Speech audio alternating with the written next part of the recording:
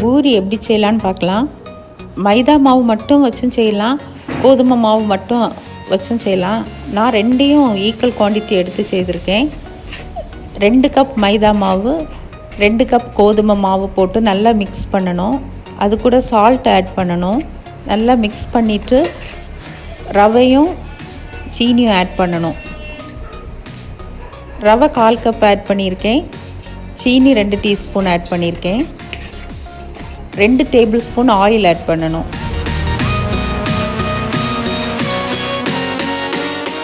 எல்லாத்தையும் நல்லா மிக்ஸ் பண்ணணும்.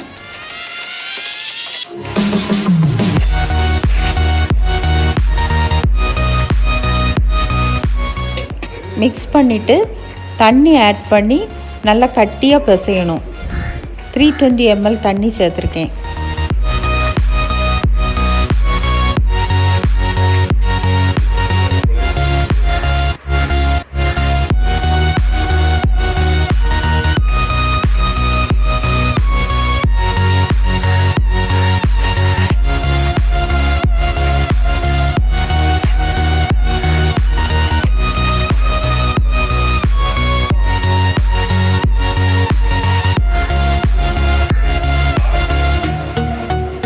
மாவை நல்லா சாஃப்டாக பிசைஞ்சு வச்சிடணும்.